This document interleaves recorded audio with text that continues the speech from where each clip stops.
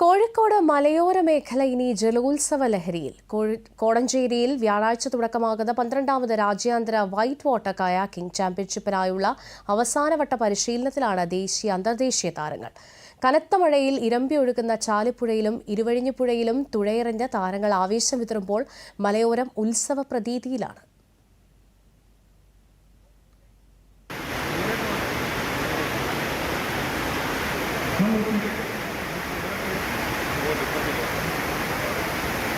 കനത്ത ഒഴുക്കുള്ള പുഴയിലൂടെ കയാക്കിംഗ് ബോട്ടുകളിൽ പതഞ്ഞൊഴുകുന്ന വെള്ളച്ചാട്ടങ്ങളെ കയറിമുറിച്ച് തുഴഞ്ഞു നീങ്ങുന്ന താരങ്ങൾ. ആർപ്പുവിളികളുടെയും വെള്ളത്തിൻ്റെ ഇരമ്പലിൻ്റെയും പശ്ചാത്തല ശബ്ദം.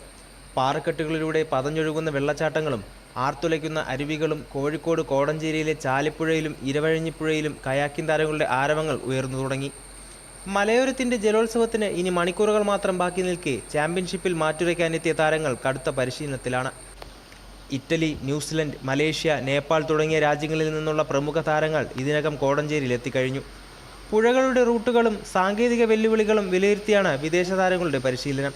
കഴിഞ്ഞ തവണ വേഗരാജാവ് വേഗറാണി പട്ടങ്ങൾ സ്വന്തമാക്കിയ ന്യൂസിലൻഡ് താരങ്ങൾ ഇത്തവണയും കിരീടം നിലനിർത്താനുള്ള തീവ്ര ശ്രമത്തിലാണ്.